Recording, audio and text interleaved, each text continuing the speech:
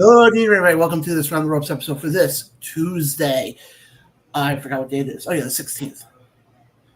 I got to compliment you, John. I'm going to start right away because I really have to compliment you on that brand new intro that you said we were going to have. That's it's amazing. Fucking, it hits hard. It's great. It's energetic. It gets you going. I love it. I sense the sarcasm in there. Oh, there's no sarcasm. What are you talking about? Ray,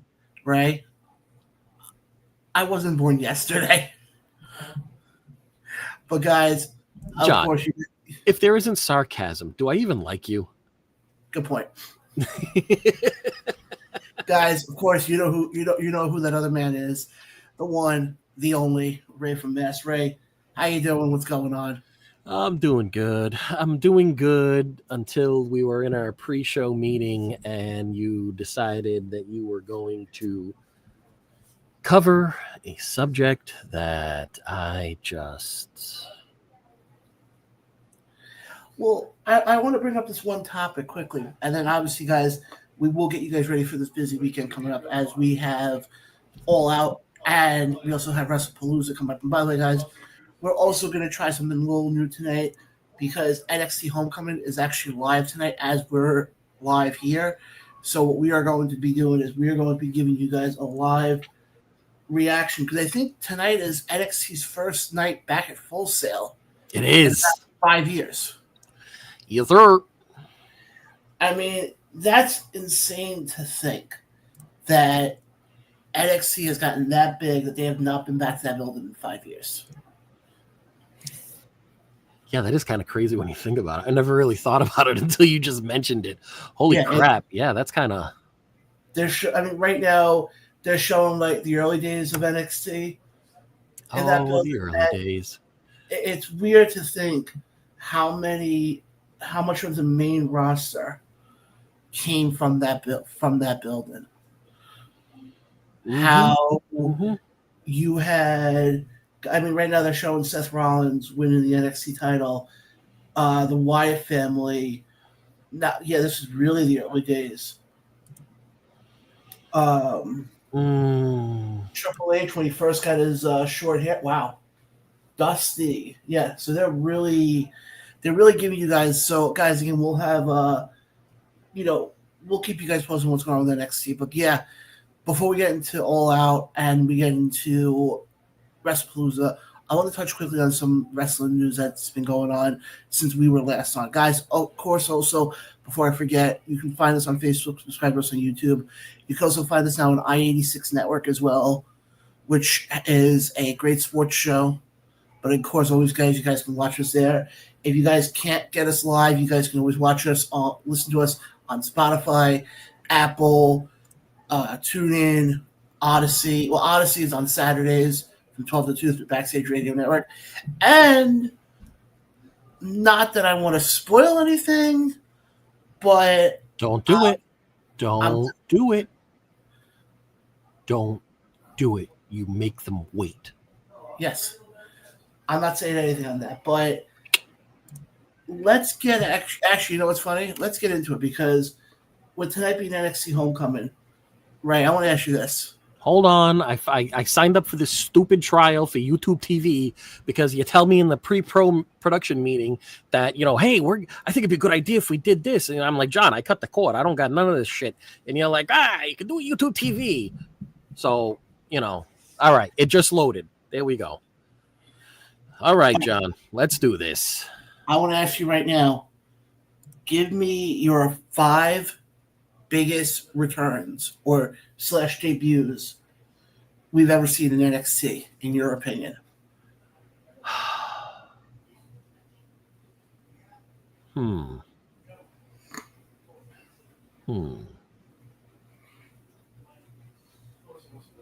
Asuka.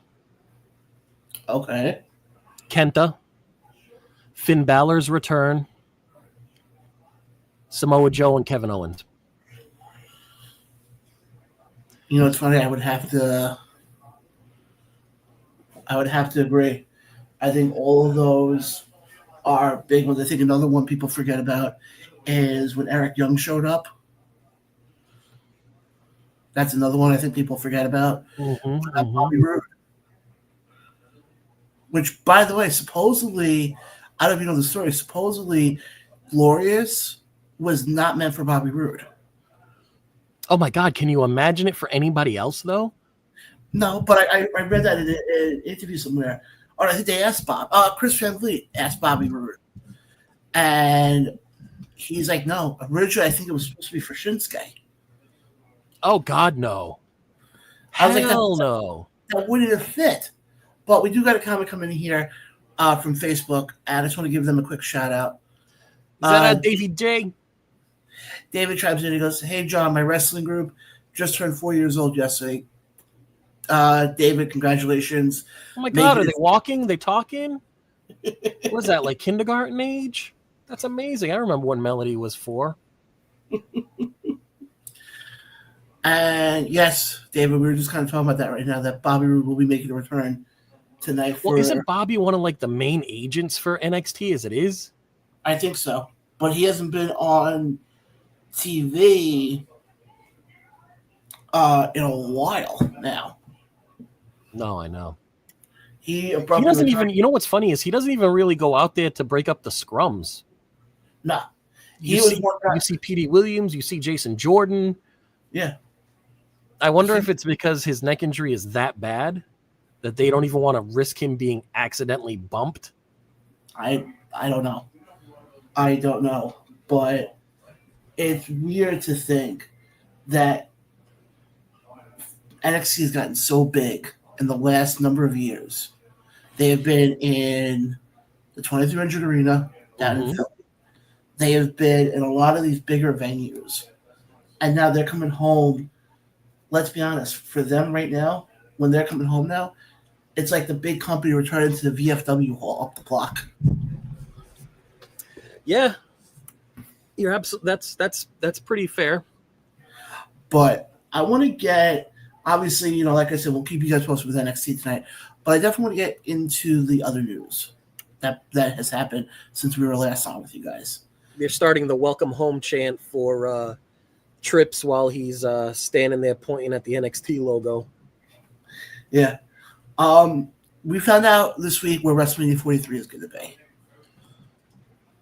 John, you got to tell me these things so that I don't eat before the show, because I had a really great dinner and it's just going to all come up right now. David said, going back to the Bobby Roode thing for a second, he goes, was just going to say, I think he was initially out due to, yeah, I think so. Yeah, I believe it was his neck. Like, it was like the third spinal fusion in his neck, or the third, yeah, it's a spinal fusion because they go through the neck. The third neck fusion in like a short amount of years. And they were like... Same, but that's also the same, remember, with Jason Jordan. Yeah. I thought Jason Jordan was concussions, though. But I think it was a combination. Oh. But, no, found out what WrestleMania 43 is going to be. And we know 42 is going to be in Vegas again. Vegas Part 2. Yes. 43, we found out, is going to be in Saudi. Now, apparently, according to one report I read, the rumor that's been circulating is the original plan for WrestleMania 43, 44, and 45 was that, 42, I think it was 42, 43, and 44 was, from what I read, it was supposed to be New Orleans, Nashville, and then Indianapolis. Really? And now we will have, in 2027, we'll have our first international WrestleMania. But now here's my issue with it. Why? Let me rephrase that. I know why Saudi got it, because Saudi paid them a crap ton of money to get it. But I think if any city should have gotten a WrestleMania outside of the United States, London. I think England should have gotten one way before Saudi does. But here's the thing. So I'm going to tie this into an article that I read this weekend, and I think I may have sent it to the group, to our production group chat. Not entirely sure. Maybe I screenshotted it and was like, I got to send that to the group, and never did. But do you know that WWE wanted to do John Cena's last match, rightfully so, in Boston? Yes, I did. Do you know why it's happening in DC? Money, money, money, money. Because WWE wanted the city of Boston to pay over $7 million to host it. Didn't I hear supposedly they didn't want to do that because they felt like it was too close to Christmas, and They felt make so. money? The mayor felt the governor. Sorry, Michelle Wu thought that it was, with it being so close to Christmas and the fact that tourism is down. Like, tourism is down. That's a down season for tourism in mass. Yeah. Let's be quite honest, because it's fucking 0 degrees outside. You want to go to some place that's 0 degrees outside? No, not prefer. No, not particularly. So they said that it just wouldn't be a fiscally responsible decision to pay $7 million and maybe not even make that money back. Yeah, but you know what's funny though? I definitely want to get into that. I definitely want to get into the John Cena thing because I think that whole thing is ridiculous. But I want to finish up quickly with the Saudi news here, because even David in the comment section, who lives in the UK, even said it himself. He goes, "I'm actually disappointed, very disappointed about Saudi Arabia getting Mania in 2027." But in the grand scheme of things, you can't. As much as I am irritated that Saudi has it, they already have. They're still working on their 10-year contract with Saudi. Yeah. For X amount of events. Not to mention with TKO now taking hold and wanting to raise not wanting to, they are raising the prices, as we spoke about last week, because they felt that Vince was too family friendly in his pricing, essentially. You know, they want this, they want them to have like the elite superstar crowd of the UFC, and that's not going to happen. People aren't going, that many people to require WrestleMania to have 2 nights are not going to pay those elite ticket prices. You're not going to get that elite populace in the arena for performance art. I'm sorry, as much as I love pro wrestling, it's not a combat sport. No. It's funny. Jay in the comment section brings a very interesting Jay point. Working on the YT channel. Good job, Jay. He goes, WrestleMania at 2 p.m. No, thank you. But here's the other thing also, and we always talk about this. While this is happening, here's an opportunity though, because even Jay brought it up, and I've heard a lot of people say this. This is an opportunity for AEW. You want to strike, and there is no Tony Khan always says he never wants to do a show WrestleMania weekend. I am sorry. I'm going to pause you right there, because on NXT Homecoming, the one, the only, made in England himself, Lord William Regal, has stepped on the stage. You must be ahead of me then. Because right now, what I'm seeing on my screen is Hunter and Sean are in the ring. Okay, so we're going to sync up. So you let me know, because I'm at 13:55. 13:58, sorry. You let me know when Regal's just about to talk. Well, they haven't even shown him yet. Yep, he just came out. Okay, let me know when he lifts the microphone to his face and they go to the wide shot so that you see Homecoming on Regal's right side and No Mercy on Regal's left side. Yeah, he's coming out. Wow, he looks good. But he doesn't look any different. Earl Grey tea. He doesn't look any different. Earl Grey tea. That's what he swears by it. Yep. Here we go. He's about to talk now. But let me get back to the comments here. Yeah. Well, so we were talking about AEW's opportunity to strike. Explain that to me. Think about it. They've always said they never want to do a show WrestleMania weekend. But when you Said got, what? they never, in the 5-6 years, they've been around, what, 6 years now? AEW? Yeah. In the 6 years they've been around, they've never done a show WrestleMania weekend. Right. Now that, because you know how WrestleMania weekend you tend to have all the independent companies, your GCWs, your Blood Sports. So they never figured, their mentality is, well, we're not going to do a show to compete with them because we know nobody's going to, because there's so much wrestling that weekend. Now that you got WWE going to Saudi, now you have an opportunity for the fans in the States. Go ahead. The women's tag team champions are out on stage. Oh, wow. I'm just letting everybody. I'm just trying to keep everybody in the loop. No, you're good. You're good. But Ray, to answer your question, that's why. I mean, that makes sense. I would. Jay brings up a good point. WrestleMania at 2 p.m. No, thank you. He also says that he says, "Hey, what's up, guys? What's going on, Jay? Glad to see that you're over on the YouTube, keeping us live." He said they can do a stadium show and cater to all the indie shows going around that time, meet and greets, etc., and score big. He's absolutely correct. Hey, they do have a thing called Starcast. Absolutely correct. I would love for them to incorporate Bloodsport into like night one of Anti-Mania programming. Oh, I would love that. No, I would love that. And it would be, they could do it very easily. They could do it a la WrestleMania 2. You remember what was so special about WrestleMania 2? It was in 3 different cities. 3 different cities, all at the same time. Wasn't it Chicago, Los Angeles? It was the Rosemont Horizon, MSG, and... No, Nassau Coliseum. Nassau Coliseum, that's what it was. Yeah, it was Rosemont, Nassau, and I can't remember what the third one was. It was in LA, I think. I know that, but I can't remember what it was called. Some LA building? I don't know. Some LA building. Yeah, John. That's probably what it was called. But no, I think, I mean, they do have Starcast because what's his face? Conrad runs it. There's your opportunity right there. Oh, the Memorial Sports Arena in LA. Okay.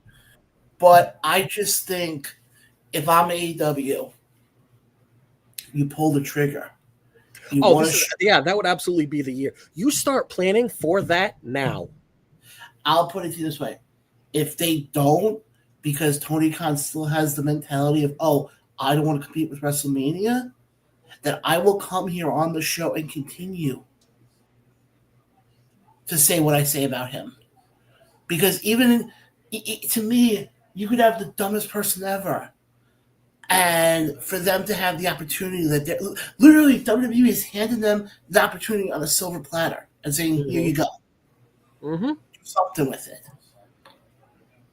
Or if you want, you can do a big AEW show.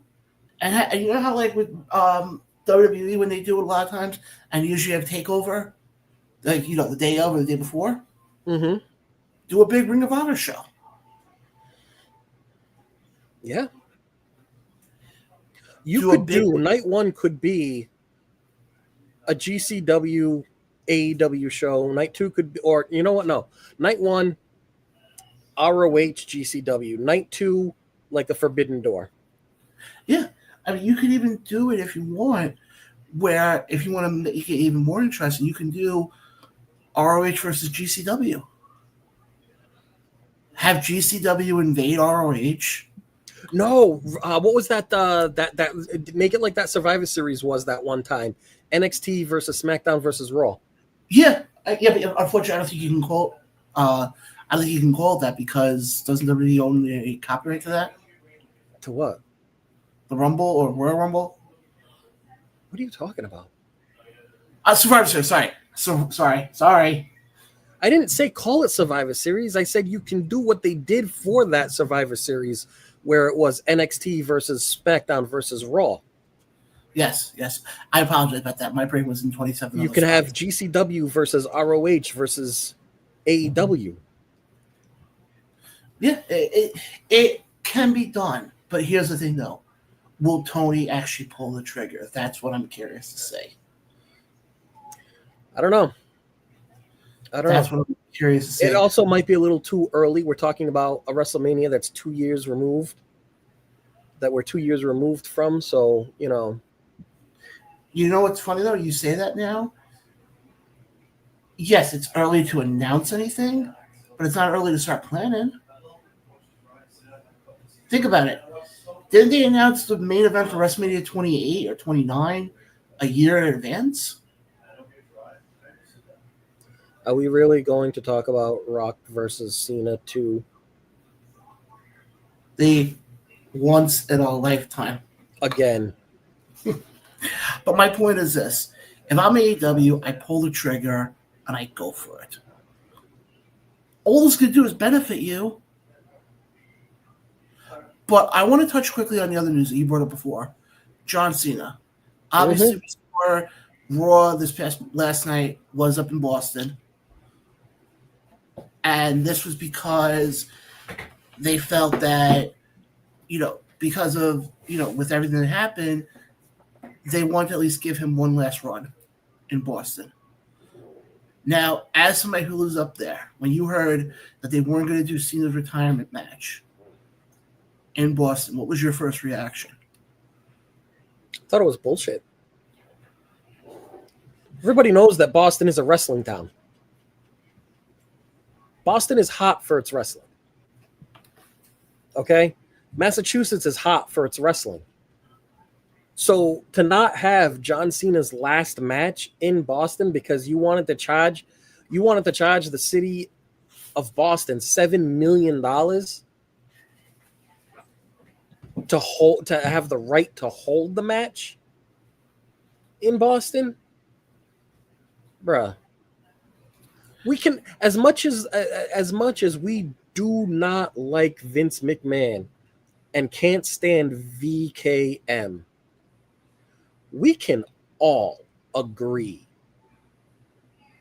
that if he were in charge still, because of everything that Cena has done, his last match would be in Boston. Yeah. And now sights are set for Washington. Fucking what ties does Washington D.C. have to John Cena? Isn't that supposedly where he started? They don't claim him. But isn't that where he made claim them? But let me ask you this though. More like I think it's gonna be a Saturday night's main event. Who is this? What is going on right now? Oh, this is Sean Spears' group on NXT, The Culling. Yes. Now let me ask you this though. Anybody who watches Jay, David, you guys can chime in this as well. You have the pencil. You have Cena's last match. Who are you putting him up against? The fucking Nexus.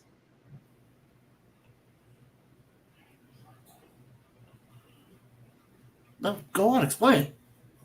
Oh, well, there you have absolutely no reaction. I would have him go up against the Nexus. You ask anybody, casual wrestling fan, hardcore wrestling fan, what is their most memorable John Cena moment? 9 out of 10 people are going to say when he got obliterated by the Nexus. And it's funny, it was just in an interview. Was it Heath Slater? I think it was Heath Slater or one of them. Maybe it's Slater who turned around and said, it's time for us to do one last run with Nexus. Can you imagine them giving Daniel Bryan the rights for one night to go back to WWE for Cena? I don't know if Tony Khan would do that, to be honest. I don't think Tony would do that. I have another name. I have another name I think it should be. Actually, 2 names. But I think one of them probably makes more sense than the other. In this last run that we have seen John wrestle, he's never gone up against a up-and-coming star. Correct? Mm-hmm. And he's never come up against somebody who could be considered the future. Mm-hmm. And Jay is on the same wavelength. I'm thinking, why not him and Braun Breaker? Why? Braun Breaker is in that spot right now that he has main event written all over him. Okay, that means that he doesn't need the Cena rub. Yeah, but I think getting the Cena rub would help him tremendously.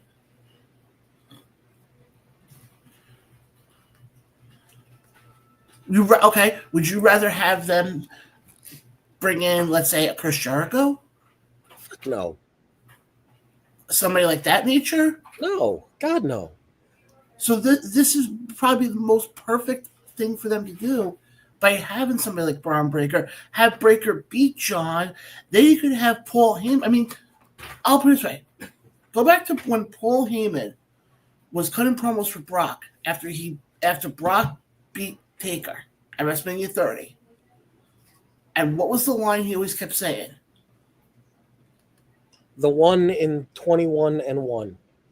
He could have, fast forward to now, he could have Braun Breaker turn around and be like, this is the guy who put the "you can't see me" guy on the shelf.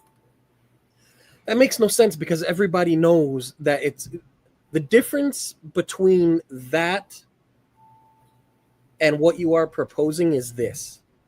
Nobody expected Taker to lose.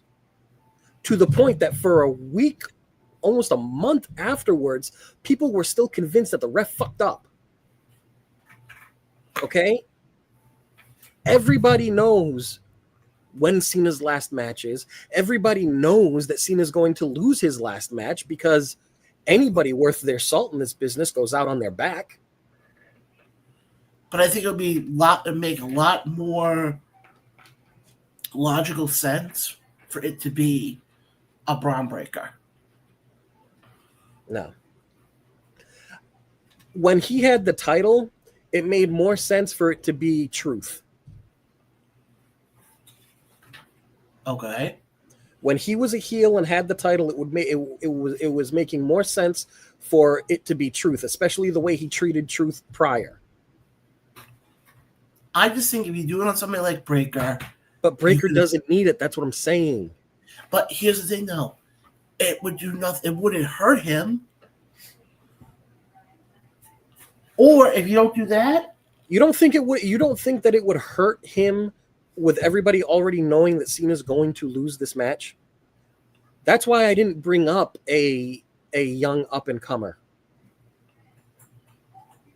You bring out the Nexus, you have Wade Barrett do it, you have Cena job to Wade Barrett. There you go. No, everybody stays fan favorites.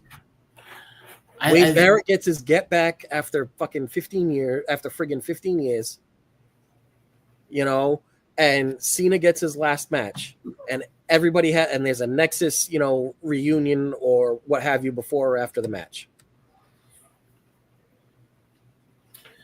I don't think that Braun Breaker needs the rub of a match that people already know the opponent is going to win. I don't know, but then the only way you would do that is you're not going to bring back everybody, though. You would have to have it then be Wade Barrett then. Right. You could have the remaining members of the Nexus in Wade Barrett's corner.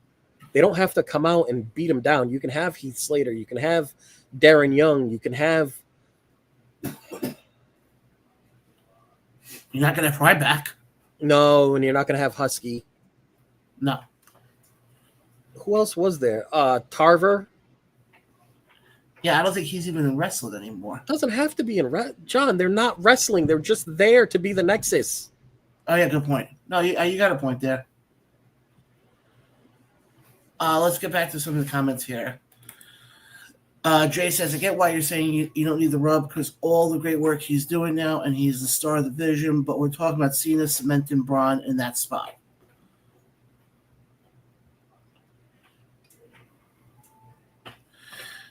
And quickly, just want to go to David here, who says, since Tatum Paxley joined the Colon, the group has become complete. I think they're a pretty good group. Yes, David, I will agree. Yeah, I think he's absolutely correct. I think not only that, but I think Tatum Paxley found her home.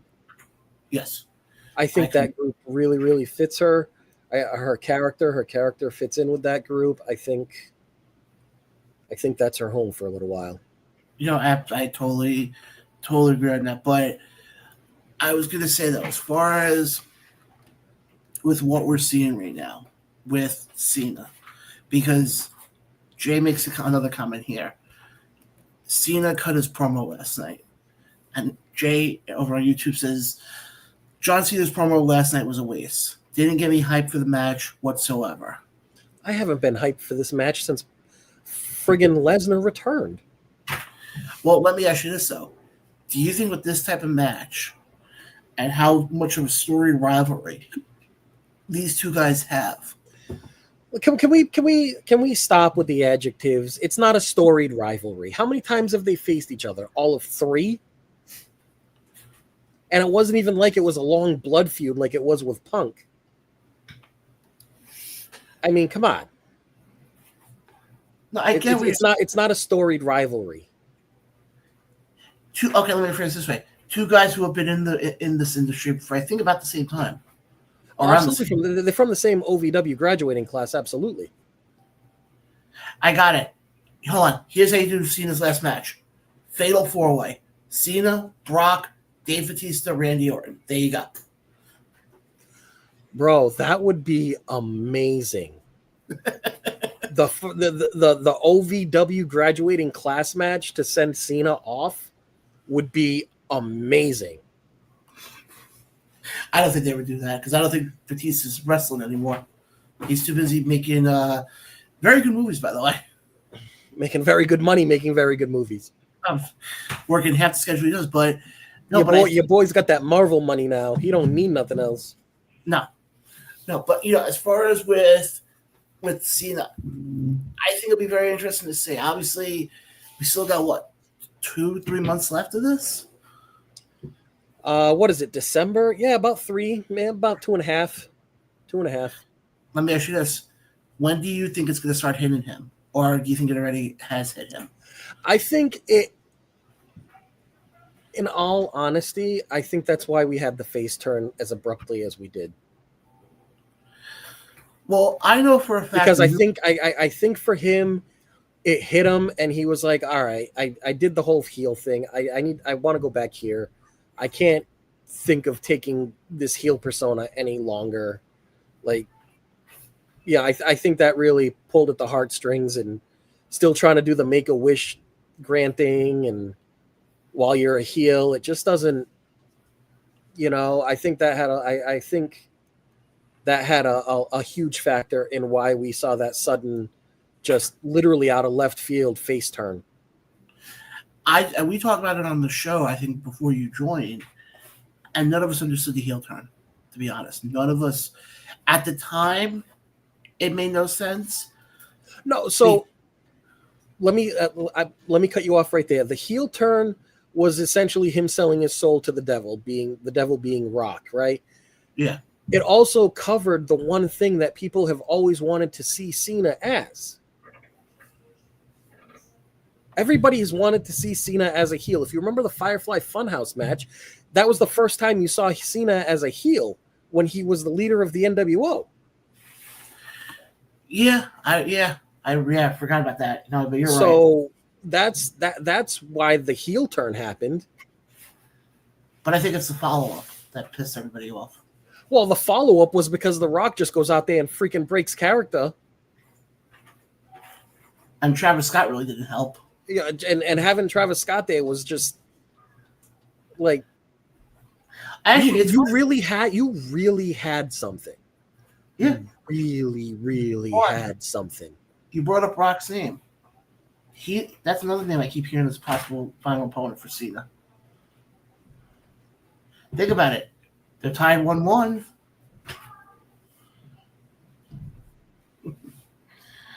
But guys, here's what we're gonna do right now, because like I said, I can't believe you mentioned that. Ray, since I'm in such a good mood right now, if my screen would actually work right now. One of us is. I'm going to, and unfortunately, guys, again, we don't have Wilson's Corner this week. We what? We do not have Wilson's Corner this week. So he premiered like Veer Mahan, but now he's performing like Nikita Lyons. Exactly. But Ray, we're gonna go to a quick word here from our friends over at Flow. Flow!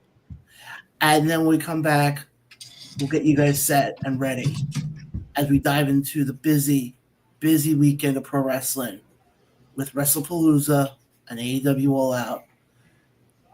Oh, you mean the rest of the weekend of wrestling that we have coming up? Yes. Not the one that just passed. No. And okay. Just clear it up.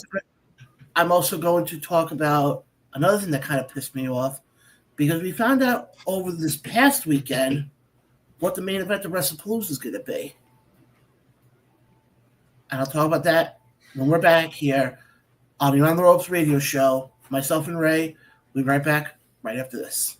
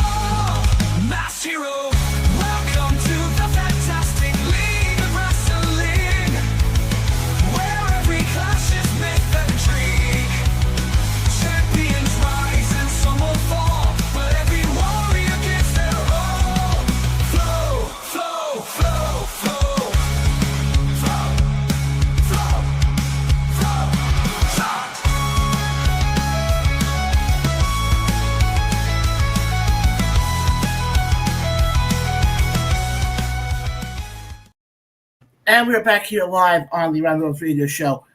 I know I teased about that we're going to start talking about Wrestlepalooza and we were going to talk about All Out. But Ray, do you want to hear this quickly? Okay, hold on. You watching NXT Homecoming? Are you talking about what I just heard? I'm talking about who was just on the screen. No, I didn't see yet. Who? Shayna Baszler. Is she signed with the company? She was released in May. Well, I heard a possibility she was supposedly in as like a producer. She's got independent dates. I don't know. But what if I were to tell you this? You remember before we were saying how Hunter and Sean came out? Mm-hmm. And then we saw Mr. Regal come out? Mm-hmm. Well, apparently, I'm just reading this right now. Apparently, Sean and Hunter were basically talking about, both of their times of running NXT. Mm-hmm.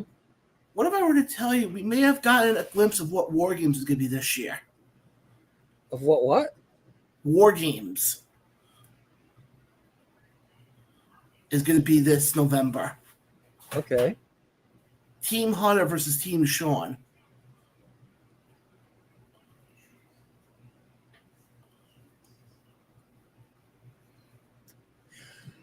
I think that's a good idea. I think that'd be a cool idea. However, I don't think it's going to be as cool as it could be. And the reason I say that is because too many of the members of the Hunter regime and the Sean regime have moved on to different orgs. Okay, go on. What do you mean go on? Think about it. Think about the Undisputed Era. That whole, I don't just mean the Undisputed Era guys. I mean that whole era of NXT with the Undisputed Era and Samoa Joe and all of them. Yeah, no, they all went. They all went, all in, so to speak. Mm-hmm. But you still got guys like Rollins, Finn Balor. Rollins, Think about it. would you consider Rollins a Triple H guy? He was getting called up just as they put H in the position. Like the Shield got called up just as they put H in charge of NXT. If anything, the Shield guys, well, the remaining Shield guys are Dusty era guys. Well, unfortunately, Dusty isn't around anymore, so you can't really call, you can't. But I think if you have, but now this is where it gets interesting, though, because if like, let's say they're doing it for the women too, because I figure they're going to do a women's one also. You would think so. Do you put Charlotte, Alexa Bliss, Asuka, and I guess Bayley? Definitely Bayley. I mean, you could even put Shayna in there. But who knows if she signed to the company? I mean, don't know that yet. That's a good point. I don't know what the hell's going. I was trying to cut the commercial off because I was like, what the? But guys, obviously we'll keep you guys posted on what's going on. But guys, we're gonna start off with All Out for our predictions. All Out, baby. And we actually have a pre-show match for the 2 hour 0 hour, if that makes sense. Now, I'm surprised they're not calling this Blood and they're not waiting for this one for Blood and Guts, because I still think this would have been perfect. You have an 8-women tornado. They're calling it 8-women tornado tailgate. I'm sorry. What are they calling it? Because I can't hear you because you keep going like this. They're calling it an 8-women. 8-women. Hold on. 8-women tornado tailgate brawl. Jesus H. Christ, John. Yeah.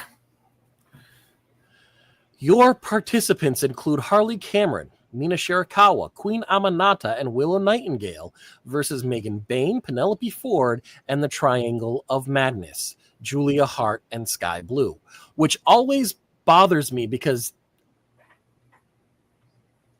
a triangle has 3 points. That's only 2. But hey, what do I know? Hold on. You said it was because isn't it Penelope? No, isn't it Julia, Sky, and Thekla who are in the triangle of that triangle? Is it Thekla that's in there? Yeah, I think so. Huh. Yeah, I don't Yeah, Heart Blue Thekla. Yeah, it is. I think that yes. Yeah. It's funny. Jay in the goes, next match, please. He said next match. But here's just because it's Julia Hart, I want her team to win. Your next match is your tag team match, which is Adam Copeland versus. Wait a minute, who was that?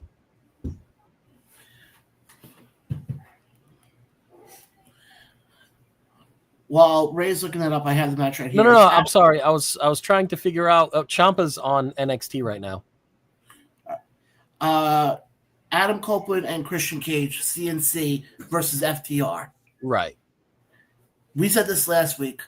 This should be your main event right here. It should. Just so you know, it's DIY versus Trick Williams and Carmelo Hayes. Ciampa came out with his face spray painted in a skull pattern with black and gold. It's funny because over on YouTube, Jay has FTR. I got FTR. This can't be a one-off for these four. I haven't heard anything about contracts, bro. I haven't heard anything about contracts being re-signed. But I mean, if he does resign, then yes, I agree. This shouldn't be a one-off. But I think you almost have to, with the fact that his contract ends in October. Mm-hmm. Now, let me ask you this now, because I hate to say this, but I think FTR gets the win here. Because I'm saying for this reason. If FTR wins, they put, let's say Cope is not re-signing with AEW. Let's say neither one of them are. Then the possible scenario I could see playing out is they brutalize Cope and Christian at the end. That they're both getting pulled out in stretchers. Yeah, I would need to see Beth jump a guardrail and like try to get them to stop, maybe Stokely holds her back. I think if you do that, then give FTR the win. Because I think all you can do with that is give them a lot more heat. Mm-hmm. I agree and with then that. You can have them where you can have them, if you want to really get them some more heat, have them walk out with shirts that say, we ended CNC or something. Almost like, remember back in the 70s? No, I broke Dusty's leg. Yeah. Something like that where it's like, we ended CNC. We broke CNC's necks. Something like that. I think all you would do is get a lot of heat for them. You just ride that till you can't anymore. I mean, we saw it. Go back to the run they just had at the 2300 Arena. How many videos did we see on social media of FTR going after the fans? Mm-hmm. And I think... Well, we would assume those would be extras and not fans. No, some of them were fans. Some of them were fans. And the one thing we always talk about is you don't have the true heel anymore in pro wrestling. Mm-hmm. Because nobody wants to ever push the edge. You're not going to see the heels like you did back in the day when you had the Dudley Boys in ECW. I've heard stories of this many times when the Dudley Boys would start riots in that building, like legit riots. I think if you have them win here and you let them ride out this heel, I think you're going to see the most hated team in all professional wrestling. Because not only did you beat Cope and Christian, you beat them in their hometown of Toronto, in front of their friends and family. You want to talk about not only getting FTR heat, but you're going to have the fans be emotionally invested in it, big time. And then you kind of can propel FTR, I think, towards the tag belts again with this. And I can see the scenario either at Full Gear in November when they're in New York, or sometime early next year. I can see FTR going after those titles again. Because I think with that, and we'll get into the tag belts here, momentarily. I think when you look at the tag team division, I mean, yes, right now you got Brodito as a tag champs, but right now, you look at the other tag teams right now. Other than FTR, who is a formidable tag team to go after those titles right now? Give me one team.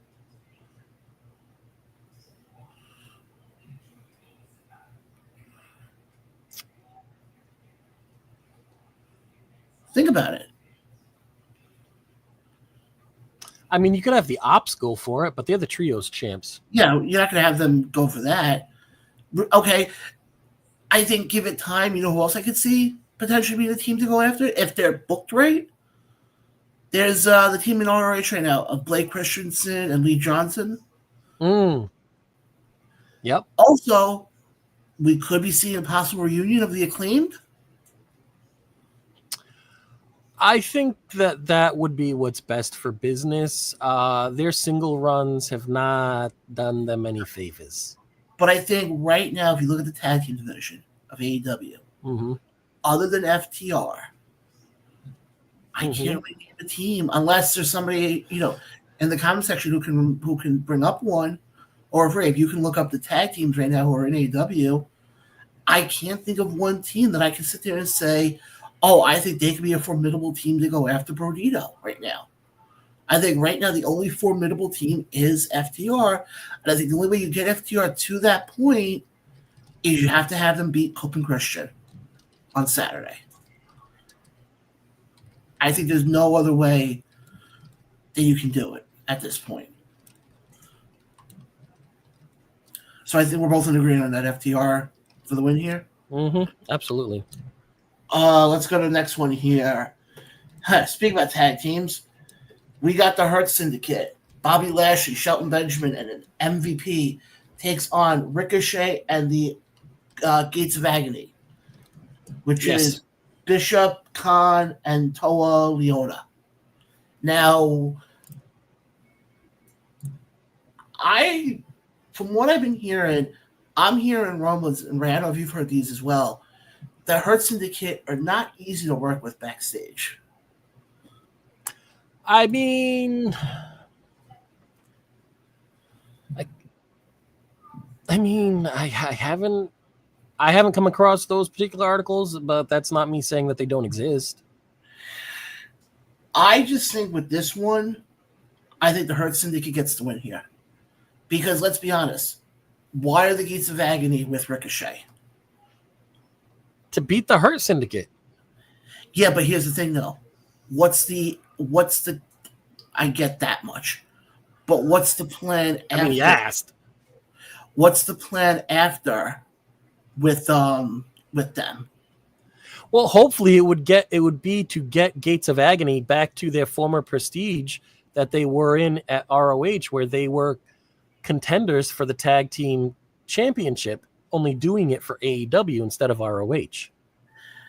I don't know, but I think they got to distance themselves from Ricochet. Why? Because you let them terrorize that division. I'm saying is, why would you have them break away from Ricochet when Ricochet is arguably the bigger name out of the three of them, and he is helping them become more established with the AEW crowd? Yeah, but my other thing is this, though. You look at the Hurt Syndicate. We know why they're together. What's the story with these guys? Why, as a fan, should I be emotionally invested in Ricochet and the Gates of Agony? Why are you emotionally invested in the Hurt Syndicate? Because they hurt people. So that's why you're emotionally invested? Because I know they're... You literally just said that Khan and Leona have terrorized people. They hurt people too. When they were by themselves. Mm-hmm. That's what I'm saying. When they were by themselves.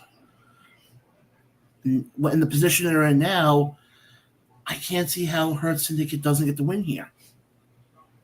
Because Hurt Syndicate doesn't need the win. Now, let me ask you this, though. If Ricochet and the Gates of Agony get the win here, do you see them going up against the Ops for the Trios titles? Absolutely. I think that would probably make the most sense then, if that's the direction you're going with them. And then you could have the Hurt Syndicate go back for their tag team titles. Yeah, I could see the possible scenario where it's them and FTR gunning for Brodito. Mm-hmm. So yes, guys, I kind of answered my question for yes, there are two formidable teams then. It's FTR and Hurt Syndicate. So, you know what's funny though, Ray? Originally I had Hurt Syndicate win, but the idea you just put in my head actually makes a lot more sense. And when you look at the Hurt Syndicate with Bobby, Shelton, and MVP, they're Teflon. They don't need. And here's the thing. A loss here isn't going to hurt them. No, it's not. But it'll do way more for those three than it will for the Hurt Syndicate. The thing is, we can't let AEW go the way of WCW, which was let all of the former WWE guys win and hold everything, right? Yeah. There are a couple exceptions, like Mox is an exception because he was one of the first, and he hasn't even looked back, right? Mm-hmm. I don't know if you would put someone with Joe in that, but you definitely would put Mox in that in that category. You know, I think you can put, but Mox I think would be the only one because Mox when he came. Oh, here's the difference though. Going back to your WCW thing here for a second. mm-hmm. When a lot of those guys came over, they kept the WWE names, the Kevin Nashes, the Scott Halls, the Lex Lugers. Well, they kept Luger's because Luger owned it. Oh, Scott Hall was not Scott Hall when he was in WWE. He was Razor Ramon. Kevin Nash wasn't Kevin Nash when he was in WWE. He was Diesel. But my point is this. You look at Moxley. Moxley when he was in WWE, obviously we know him as Dean Ambrose. Because that was his name in WWE, yep. Yes. But I think the problem is when he switched over to AEW in the early days that he did, he became one of the mainstays. I think. Yeah, that's literally what I've said. Yeah, no, I'm agreeing with you. I'm just saying that the difference is a lot of those guys who jump, because you were saying, I'm saying more about like the other guys, for example. That it wasn't, that with Moxley, I feel like with his whole persona and personality changed when he switched over. Well, so if you followed Moxley's career prior to being picked up by WWE, what you are seeing is exactly what you saw prior to. It was WWE that changed his persona. You know, when he went back to AEW, he was allowed to be Mox again.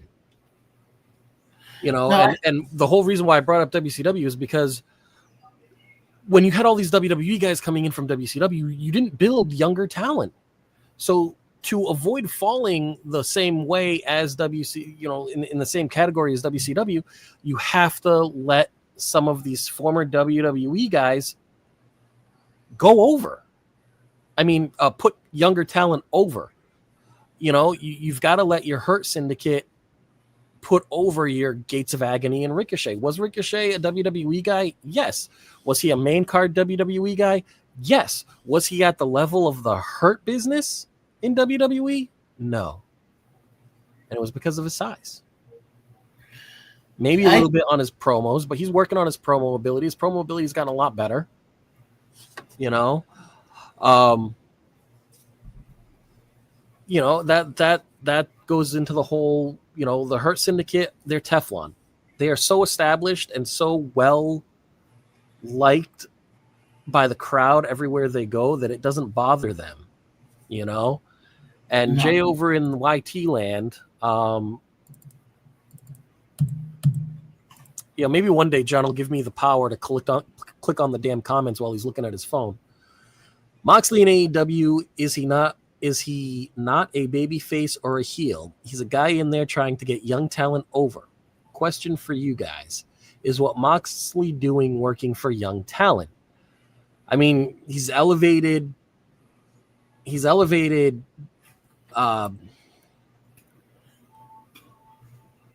Garcia? I was thinking of the Philly kid. Fucking Wheeler Yuta, Jesus. I was having such a brain melt with that. I wanted to say his name wrong.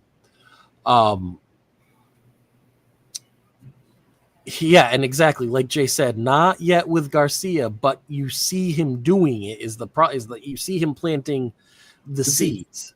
Yeah, you know, which I think, yeah, Moxley has gone on record to say all he has ever wanted to do was build the young talent. I mean, same thing with Darby Allin, right? And it's funny you bring that up because they have a match coming up, and we have one more match. So for this one, Ricochet and Gates of Agony. Yeah. All right, I think we're both going to be in agreement on this next one. For the TBS title, Riho, who we haven't seen in AEW, and it feels like forever. She was on last week. Well, I'm saying other than last week. takes on Mercedes 9-belt Monet. Is this the start of the downfall? No. Mercedes, or does Mercedes win this in a clean? No, the CEO is going to ride on over Riho. CEO over Riho all day, any day. Yeah, Twice on a Sunday and 3 times on a Saturday. Yeah, I think the problem is Riho right now, and Jay even makes the point here. Oh wait, I think you read that wrong. I got Riho just because she was always the first NOG. Meh. Jay, I gotta disagree. We talked about Riho matches. You know, my issue with the Riho matches last week, where I am all for the suspension of belief, but Riho versus Nyla Rose, Riho versus Chris Statlander, it just takes me out of it. It doesn't help that they let her go out there dressed like she's a friggin' 14 years old. That doesn't help either. No, I know Izzy Moreno is younger than her. Why Izzy Moreno look older than her?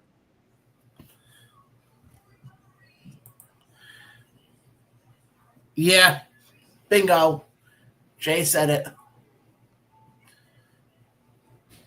Fans like Mercedes and they like the CEO chant. You mentioned Moxie and Darby before.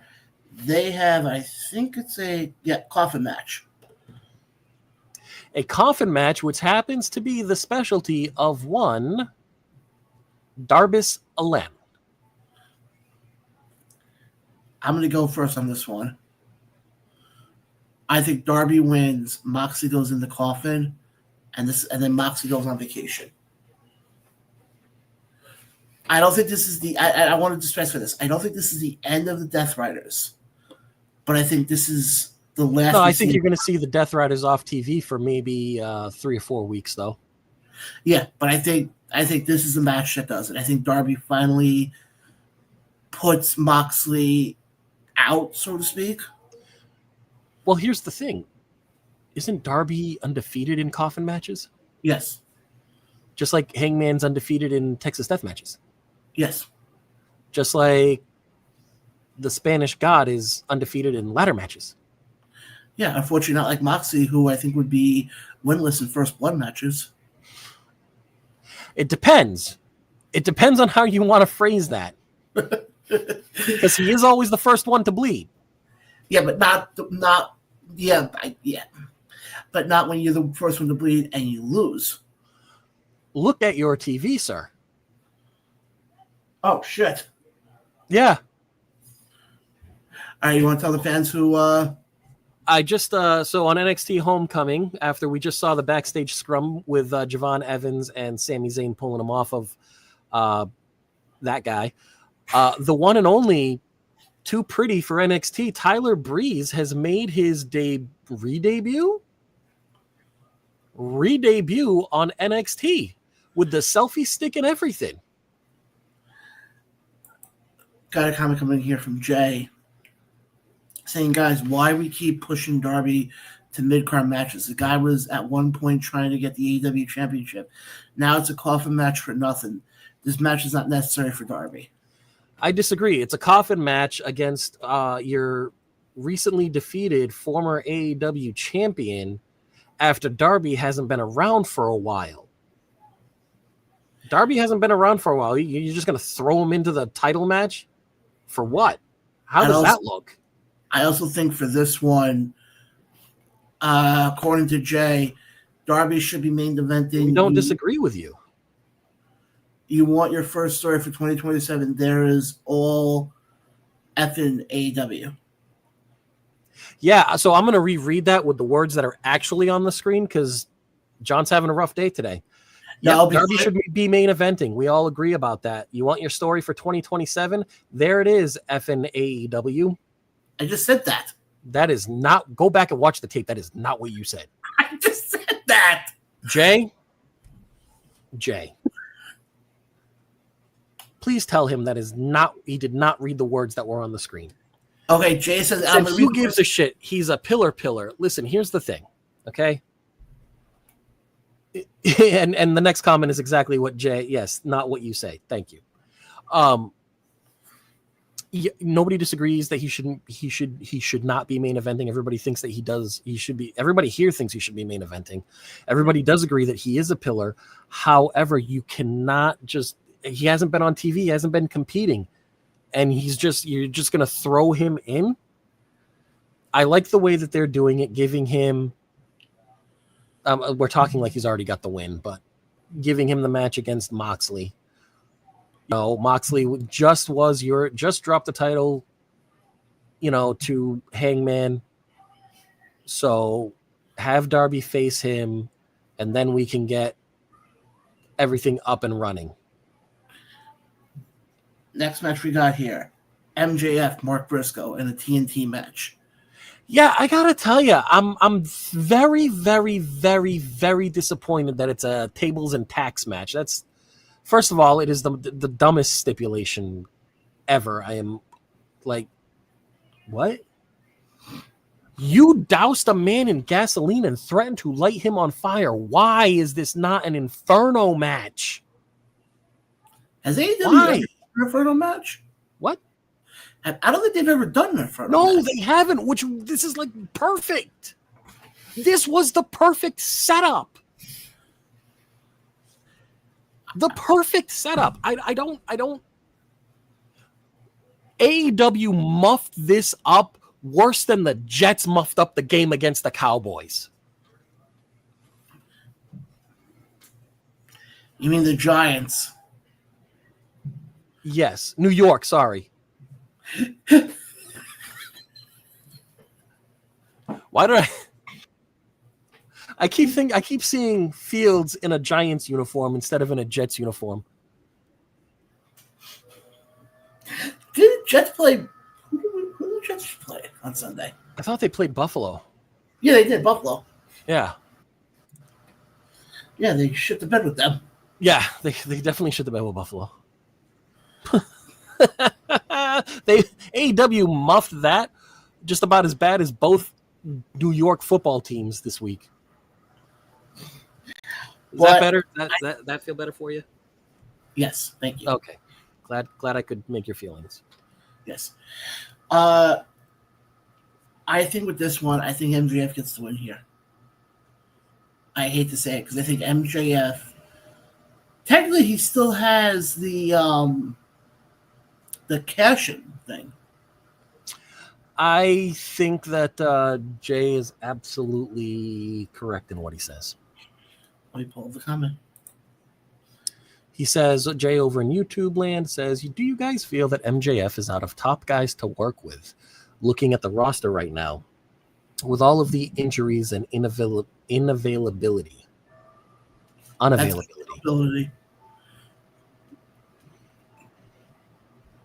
Right. That says availability.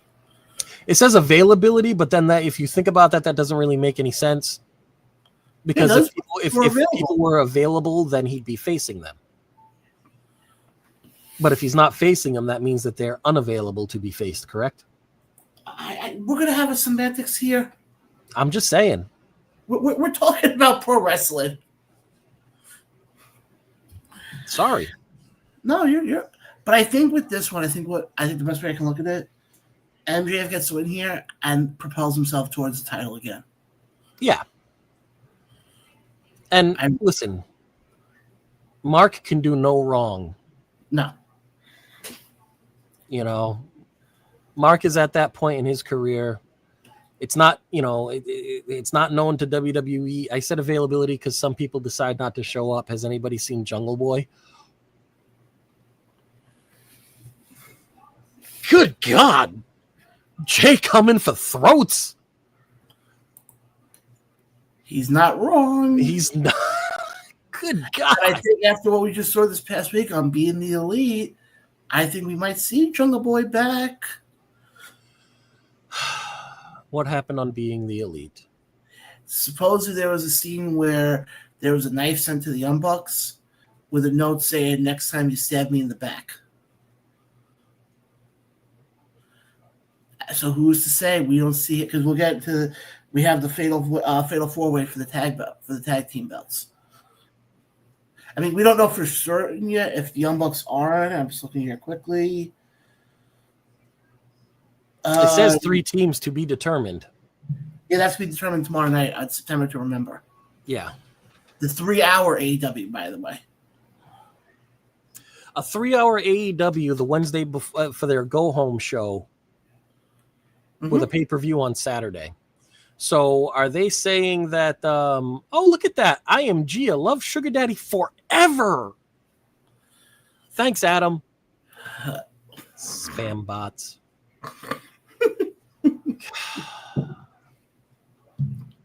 What was I saying? Oh, yes. So maybe we won't have a 17-hour AEW pay-per-view? No, we're still going to have a 17-hour AEW pay-per-view. Because it's still and a half, maybe? Because think about it. Tony Khan isn't going to be nice and all out before WrestlePalooza.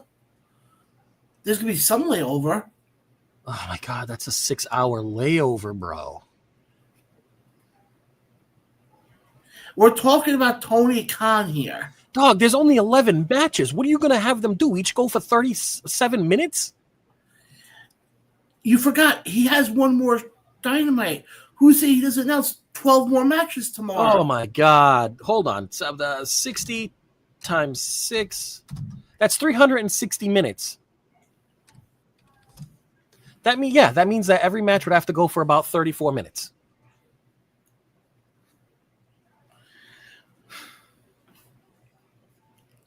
Listen, not for nothing, but can you imagine a 34-minute Eddie Kingston versus Big Bill? That could be on an episode of Dynamite by itself. I mean, I like Eddie. I like Big Bill. I don't think they can go 33 minutes. 37. 37, sorry.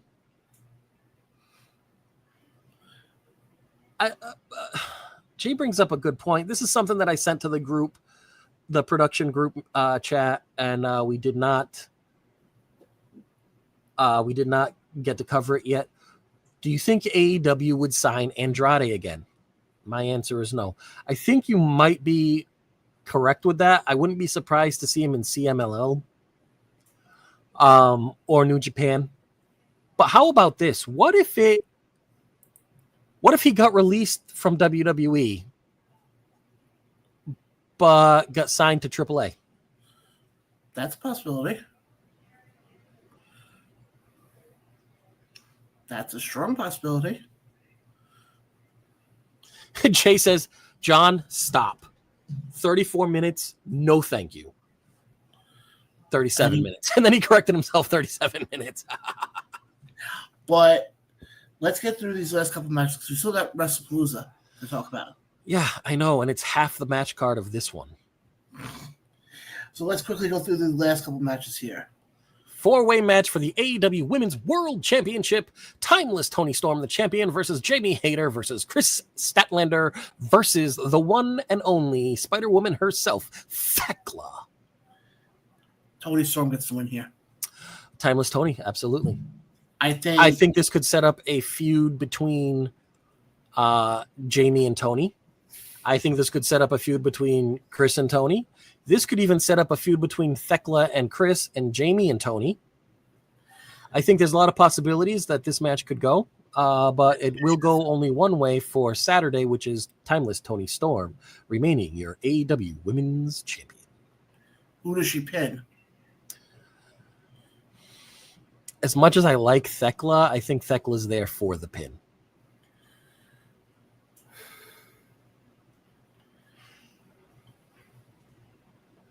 Jay says, you got to put it on Hayter. No, she's really good and she needs to be established quick, or else next time I see her is on Collision. But if you start the feud with Hayter because of this match, then you're keeping her in there. And then you can have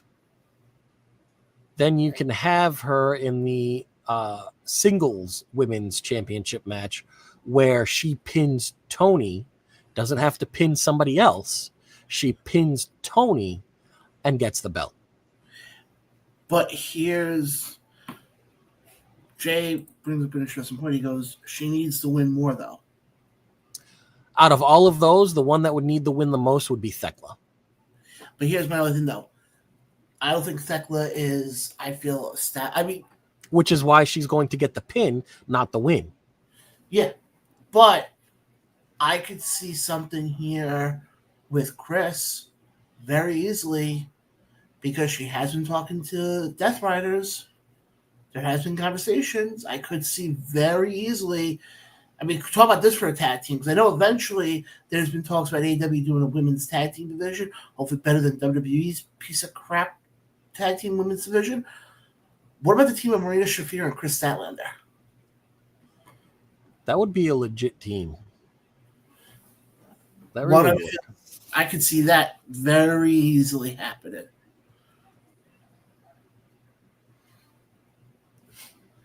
And honestly, JB goes to Collision. Okay, I have no issues with that at all. Collision, people don't give Collision enough credit. Collision is actually not bad. Sometimes. I think at times Collision's better than Dynamite. Going back to the comment section here, Jay goes, what percentage will you guys get? Oh boy. I gotta do math now. Percentage you guys will give to each woman in this match? I don't understand the question. Next match. Hey man. Jay, you are asking at 9:00 at night Eastern Standard Time for us to do math. The math ain't mathin', brother. We'll give you the Steiner math. They each have a 33.3% chance of winning, brother. Headman Adam Page takes on your TNT champion Kyle Fletcher. With the Don Callis family being banned from... Oh, okay, there we go. He said, what is your win probability for all of the women in that match? I would say that Toni Storm gets about 40% of that. And then Jamie Hayter probably 20. So you're at 60.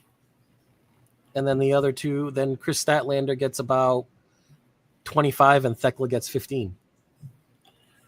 I'm really going to go a step further. Keeping Tony at 40, Jamie at 20. Why not have Chris at 30? Because Chris did hold the TBS title for a little bit. So she does know what. And Thekla, I still think, gets 10. Okay, that works. Because as much as I like Thekla, I feel like she's not there yet. She's not there yet.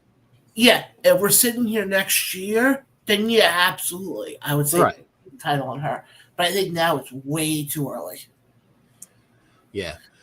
So there's your win probability, Jay. For Hangman Adam Page versus Kyle Fletcher. Yes. It's the AEW World Championship match with the Don Callis family band from ringside. I mean, is this even like Page, bro? Page. Yeah, I can't see Hangman not retaining here. If nothing for the simple fact that the Protostar is a stupid nickname. Stupid. I'm going to say this right now. I hope that Fletcher leaves the Don Callis family. I like Callis with Fletcher. I do. I absolutely do. It gives him that smarmy heel vibe, right? Which is what we need. You know what it honestly gives me? It gives me Ric Flair, Bobby Heenan vibe. Here's my issue with it, though. I feel like with the whole Don Callis family, it's turning into the NWO. And I say that for this reason. NWO in the beginning, NWO in the beginning was Hogan, Hall, and Nash. By the time NWO was done, what they have? Every member of WCW at one point or another was a member of the NWO? I think at one time we were eclipsing 23 members. Okay. Look at the Don Callis family. Okay, listen, you're right. It had members in it that I completely forgot were there, like Murder Hawk and who the hell is Murder Hawk's buddy? Animal? Oh, Brian Cage. Brian Cage, that's right, the Swolverine. I think you're talking about Hawk from Road Warriors. Because we're talking about NWO. No. But my point is this: what is it now becoming? Well, we don't know what to do with this guy, so we should just put him with Don Callis. Yeah, that's kind of what it's it feels. It gives the vibe. It gives that vibe. Jay over in YouTube says, no offense, but this shouldn't be main event worthy. Kyle, I love his work, but not yet. This feels very rushed. I don't disagree.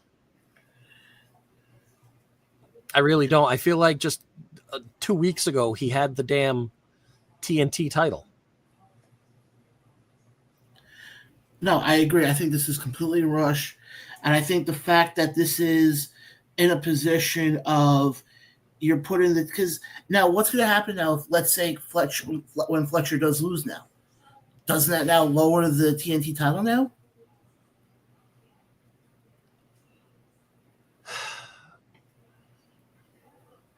Maybe.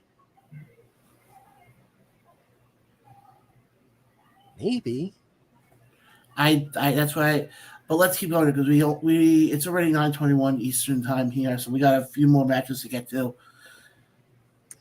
All right, so match number 9, Kazuchika Okada, your AEW Unified Champion, versus Konosuke Takeshita. Right there, you got 2 members of the Don Callis family, versus Mascara Dorado, and the Beast Mortos, formerly known as Black Taurus. Yeah, only reason why he has this title match is because of who he's dating right now. What's that? Who he's dating right now. Yeah, the CEO, of course. Mm-hmm. None other than the CEO, of course. So 3-way championship for the Unified Championship. I don't. This title has been around such a short amount of time to have so many name changes. Stomper. Well, I'm confused though because I read something that supposedly the Unified title isn't whatchamacallit, isn't that it's not under the lineage of the Continental Classic. No, its lineage is legitimately from the Continental and International Championships. Yeah, but I still think those belts are still defended, though, from what I heard. Oh, that I misunderstood. Negative loss. I think Okada retains here. I think Okada does retain. I do think that there will be some strife between Okada and Takeshita. Yeah, I do as well. And that could start your fraction within the DCF. Next match. Next match would be number 10 of the night, Eddie Kingston versus Big Bill. In a singles match, just a regular. Would you believe that there are only 3, maybe 4 non-gimmick matches? That's kind of weird. Anyway, Eddie Kingston versus Big Bill. I'm going with Eddie. Yeah, you want to have a match that I think should be on Collision. It's this match. Or in the 0 hour. Yeah. I got to agree with Eddie as well. We can't really do the tag belts because we don't know who the other 3 teams are going to be. No, but we do know that it will consist of the champions Brodito. Yeah, that's a positive. I either way, I think Brodito is probably going to win. Yeah, without a doubt. Let's do this. Let's go to another word from our friends over at Flow. We'll come back. We'll talk some WrestlePro, and I'll give you my thoughts on what the main event of WrestlePro was announced for and why I think it's the wrong decision. You guys, you are listening. To our dedicated listeners, our friend and my fellow co-host John means WrestlePalooza, not WrestlePro. Well, WrestlePro does have a big show coming up this weekend. Yes, but it does not go into what you were saying. What you were saying was just now talking about WrestlePalooza and how you disagree with the main event. Yes. Guys, we'll be right back right after this. You're listening to Around the World's Radio Show. We'll be right back right after this.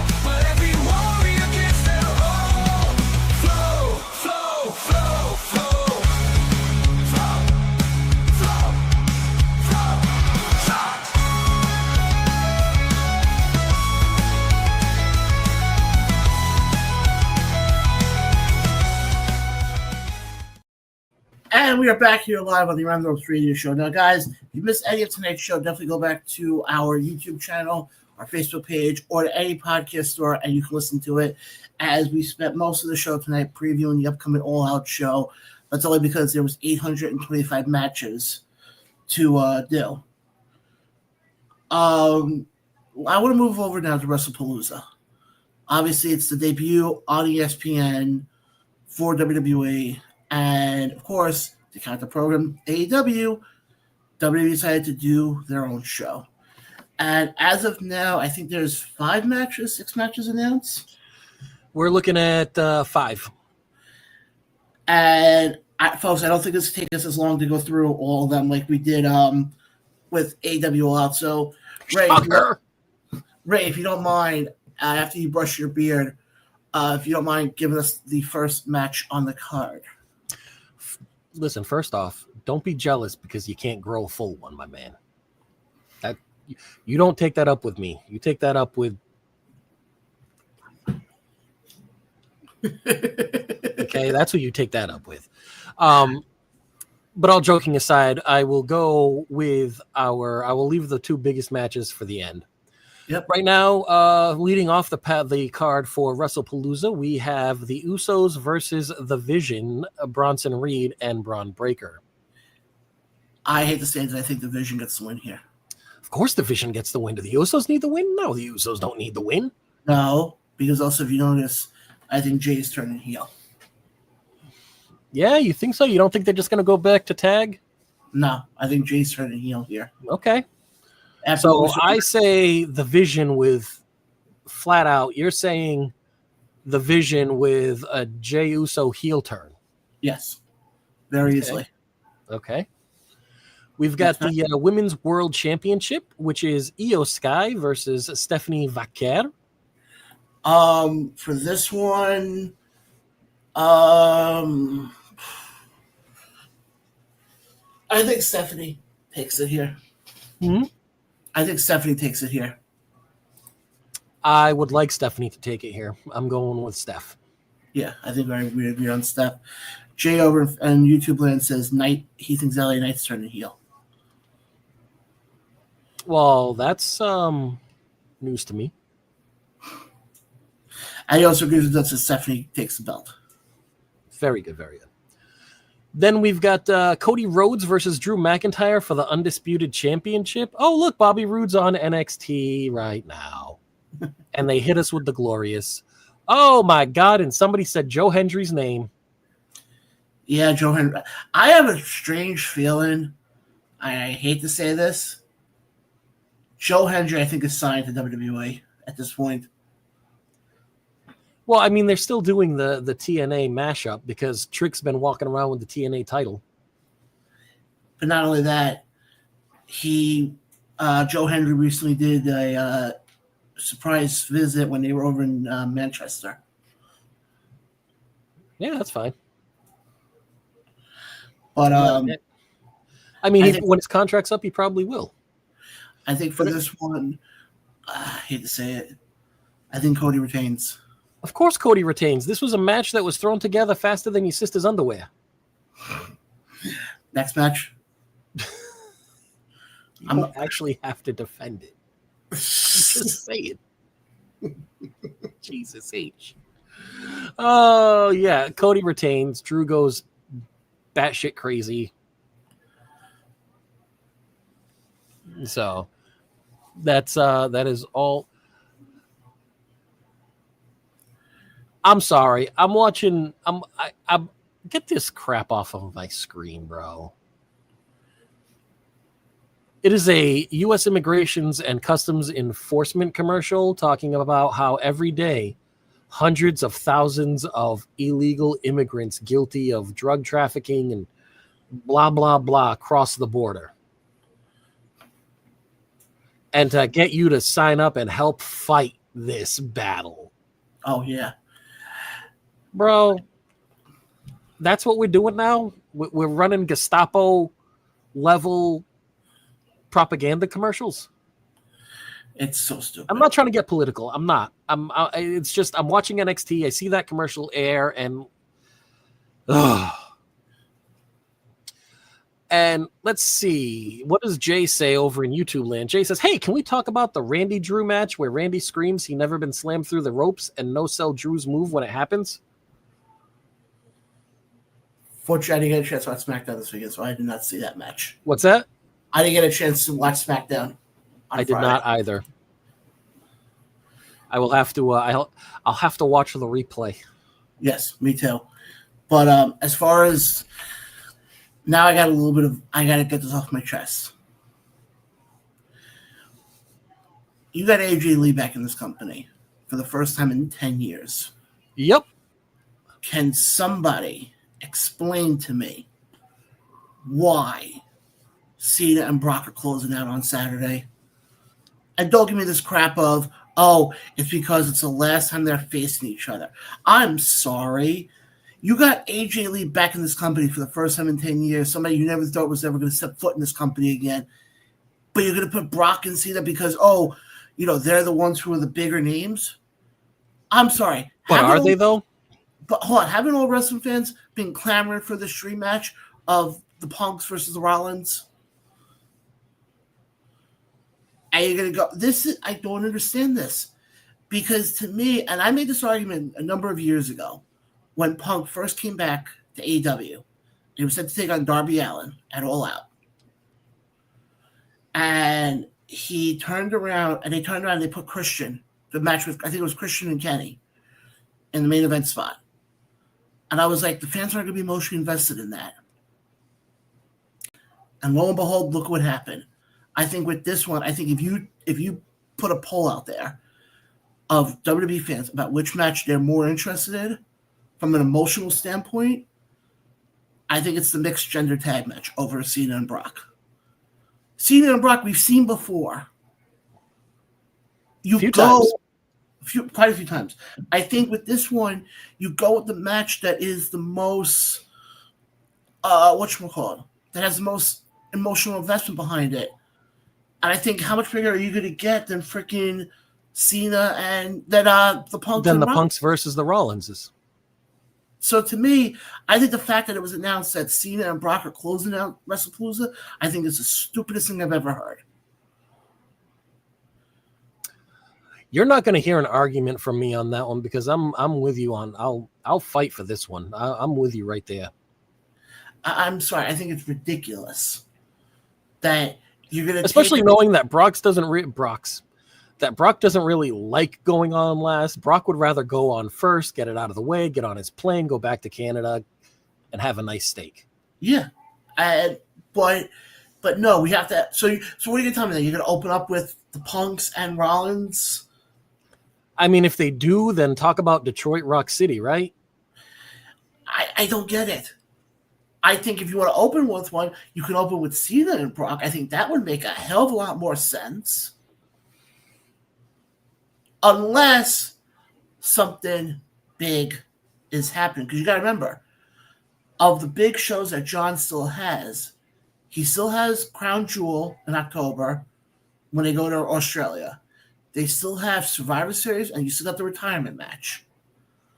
So he's got Crown Jewel, he's got Perth, he's got Survivor Series. No, Crown Jewel is in Perth. The whole point of them calling it Crown Jewel was because it was a Saudi show. Yeah, they're in Perth for that one. That's fucking dumb.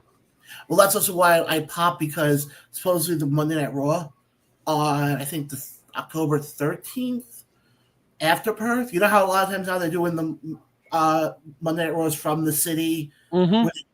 It's supposedly like 8 o'clock in the morning.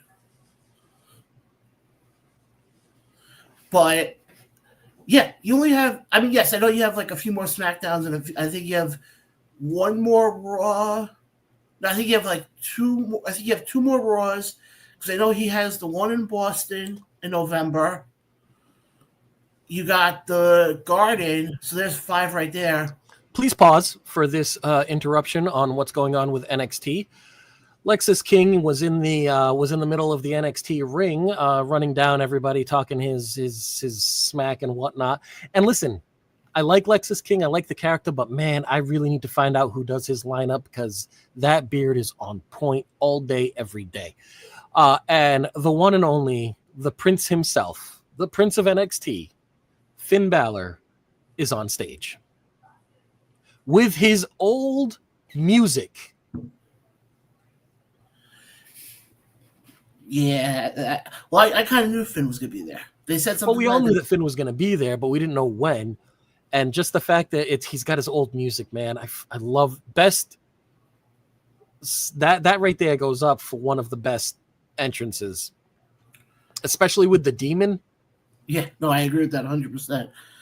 But let's go over to YouTube because Jay comments on here and goes, Cena. Like Vince says, he's the poster boy. John Cena is like all over The Rock, and he's money, and people will watch. But I'm sorry, though. You don't have to have him in the main event. You can have him featured on the pay-per-view. People are still going to buy it to watch it. Yeah, but I'm sorry. He can be the first match.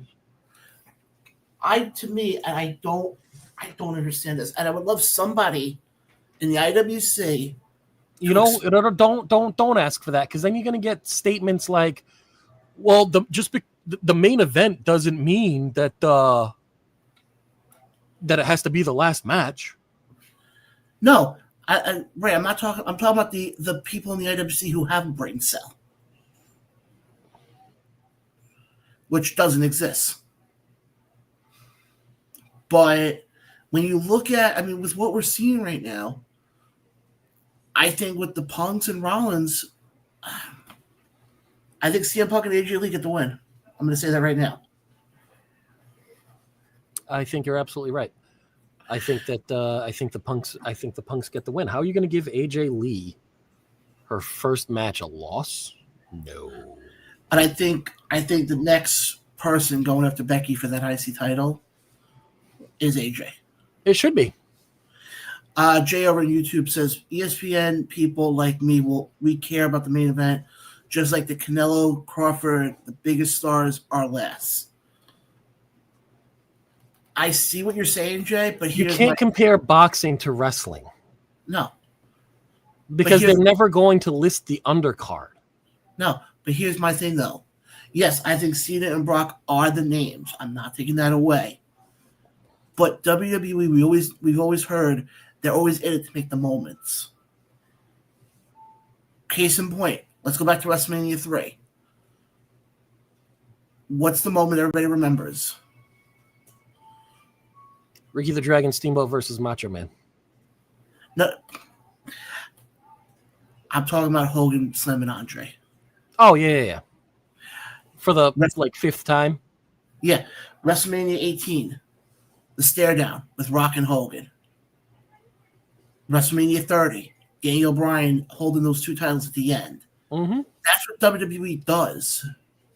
And I think you could have a moment with Punk and AJ Lee in that ring with the wins, both holding the belts, both kind of making their claim that of we're the ones going after these belts. And by the end of 2025, I will not be surprised if we're not sitting here saying CM Punk as your World Heavyweight Champion and AJ Lee as your WWE Women's IC Champion. I can see that. I would be happy with that. And Jay says he's not comparing, just stating the star power. But Jay, that's all well and good. That's all well and good if there was an actual story with Cena and Brock. There's no story there. There's no animosity. Yeah, yes, granted, there's animosity there. But when you look at... And he goes, okay, if AJ / Punk wins and AJ challenges Becky, AJ will lose. Why? That makes no sense. I'm going to repeat it again. If AJ / Punk wins and then AJ challenges Becky, AJ Lee will lose. Jay, I'm going to ask you this right now. Where did you come up with that? Seriously. I need some of whatever he's drinking. I think seriously, when you put the belt on AJ, you could potentially have it where AJ wins, and we get the scenario where you get AJ and Becky at Mania next year for that IC title. And you can give that IC title the prestige that it needs. I think if you look at, looking at any other way, and I think going into that, I think that's how we're going to get Rollins and Punk at this point. But going back to the whole thing about star power, yes, granted, I'll put it this way. If we weren't having this mixed gender match on the card, then yes, I would absolutely say put Cena and Brock to close out the show. Mm-hmm. Because then that's the next big thing. But I think right now, when you look at it, there's nothing bigger right now in professional wrestling than the storyline that we're getting with CM Punk, AJ Lee, Becky Lynch, and Seth Rollins. Especially the fact of the animosity between Rollins and Punk that dates back all the way back to the Ring of Honor days. Well, the perceived animosity, because the stories that are coming out now are talking about the bromance the two of them have. Yeah. But I just think, to me, that's the only way you can look at it. But, Ray, I'm going to ask you right now. We just went over the two cards. Wrestlepalooza and All Out. Mm-hmm. Right now, on paper, which show are you looking more forward to seeing? Wrestlepalooza. As much as I stand for AEW, and you know this, I'll defend AEW to you all the time. It just doesn't seem like the card for me, dude. It doesn't. Just want to go back to what Jay said here for a second. He goes, think of the people that own and watch ESPN. They're not going to know AJ/Punk over Cena and Brock. In that perspective, I see where he's coming from. I kind of do, but I don't at the same time, because you would be surprised the amount of people that know Punk. Yeah. And I think the people, yes, I think for this show, you're going to get a lot more of the casual fans because of the fact that it's going to be, and I heard something that they might actually air some of it on ESPN TV. Oh, really? I heard the possibility of almost similar, if you remember when UFC did their pay-per-views, for a while. Oh, yeah. They had like that first hour there. Yeah.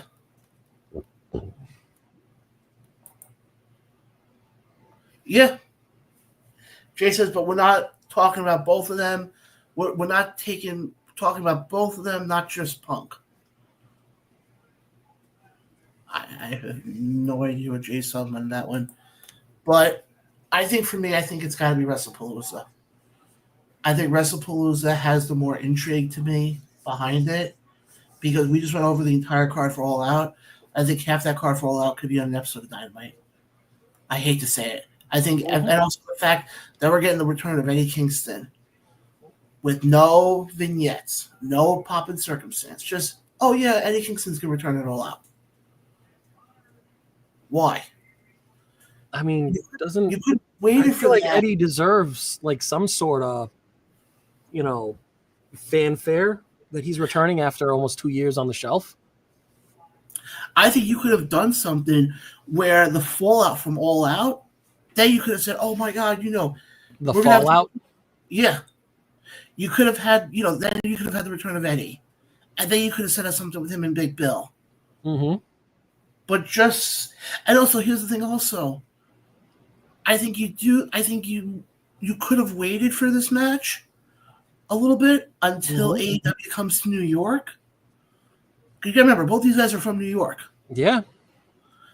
I think first, I think that's basically the best way you can put it. I think you could have waited on this match. I think this match being on this card is not. That would be a great match at Arthur Ashe Stadium. Yeah, exactly. Jay has a question for us over on YouTube. He goes, first show on ESPN, do you guys feel we will get a shock return or a moment? Who would it be? I don't know. The only one I can think of would be his Rock showing up. That's the only one I can think of. Because you're not going to have Jericho show up. Jericho, as of now, is still signed to AEW as far as we know. So you're not going to have him show up. You're not going to have any. I think that's the issue. No, Jay, absolutely not. God, no. Are you kidding me? I think it'd be funny, though, if all of a sudden they get rid of Andrade and Del Rio shows up. I'll take 100 Andrades over one Del Rio, dude. Except, I do want to touch briefly, actually, on... I'd take one Andrade over 100 Del Rios. Sorry. I want to touch briefly on Worlds Collide for two things. First of all, Psycho Clown, whoever does his mask... Aren't they fantastic? Oh, my... The fact that he can rip it off... Mm-hmm. Jay, I don't think we're going to see that. He's a liability. After the last time you saw him on TV in Mexico, he is a liability. He went after news anchors. He went after old fans in the crowd. He's a liability. They wouldn't fucking touch him. They wouldn't freaking touch him. But I'll also go this far. As much as people want to see Del Rio back, nobody wants to see Del Rio back. No. With Jay asking about, Eddie Shock and another them, I think at this point we're never going to see back in WWE. Enzo. Especially what he did at the Fourth Rope show. That would be something. I don't know. But as far as I wanted to say, first, like I said, I love his mask. The fact that in the match when they took on New Day and he ripped off the mask, it wasn't showing him, it was just another layer. Yep. I'm like, oh my. And then the scene that I love. Oh, apparently Enzo's on drugs. Oh, nice. Oh, okay. After the tag title match. And Psycho Clown, I'm not sure who the other guy is, are in the ring. And you see the Wyatt Six show up. I'm going to say this right now. Every time the Wyatt Six show up, the visual of all the phones going on and the whole crowd starts singing the song gives me chills every time. To me, it's one of the best things I think WWE has done. And I can't wait to see what, especially now we are getting to Halloween season. You do have the ride, the haunted house, I think, down in Florida of the Wyatt Six, which I did see videos of it. Ray, I don't know if you saw videos of it yet. No, I haven't. Basically, from what I saw, they basically take you through. Remember the night that the Wyatt Six debuted? Yeah. Basically, that's the entire haunted house. It's just a walkthrough of that. Oh my goodness.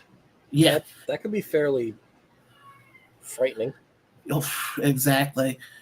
But so I just want to touch on Jay's comment there about Enzo being on drugs. I seen that. I gotta tell you, I've literally searched 7 different engines right now. Nothing comes up with Enzo Amore on drugs, Eric Arndt on drugs and Eric Arndt, drugs and Enzo Amore. Nothing pops up. Like I said, I have no idea. Jay, if you find, what did he say? He says the Wyatt Six can't play dead in a horror movie.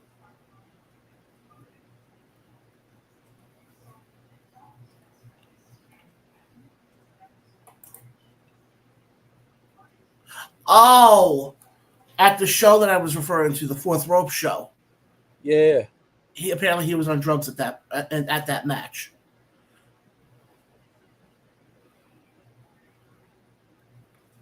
Like he performed under the influence? I have no idea. I'm just reading what Jay wrote here. But guys, like I said, we got that coming up.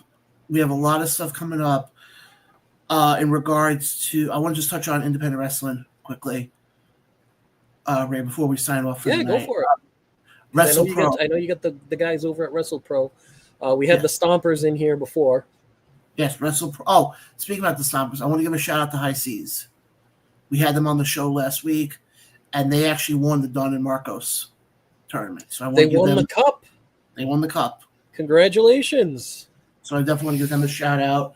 I also want to make a mention here. WrestlePro has a show coming up this weekend with the main event being Killer Cross in his first post-WWE independent match, taking on the most marketable man of all, Richard Holiday. You also have Megan Bain will be in action. Rebecca Scott will be in action. Actually, give me 1 second. I'm actually going to pull up the card here. Folks, he's pulling up the full match itinerary. Yes, because a lot of these matches are really really good. Yeah, that like I'll put it this way: if you have the opportunity, obviously you know that I would push for Brii Combination because of the fact that I will actually be at that show, and I might even get into the ring. Who knows? At the WrestlePro show coming up this Sunday, here is the card. If I can actually pull up said card, that would be even better. Well, okay, I'm just gonna go with who's gonna be at this show. You're gonna have Lady Frost taking on Rebecca Scott for the WrestlePro Women's Championship. You're also gonna have, as you mentioned before, Max Caster takes on CPA for the WrestlePro Gold Championship. As we saw at the last show, CPA dropped the belt to Matt Cardona, and Cardona then lost it to Max, who Max cashed in his on-the-spot title. Basically, it's like they have Money in the Bank. Okay. Match. The Righteous will be making their debut. As we mentioned before, Megan Bain will be in action. She takes on Becca, and that's B, the number 3 CCA. That's how you spell her name. Nice. You also have, like I said, we mentioned Megan Bain before.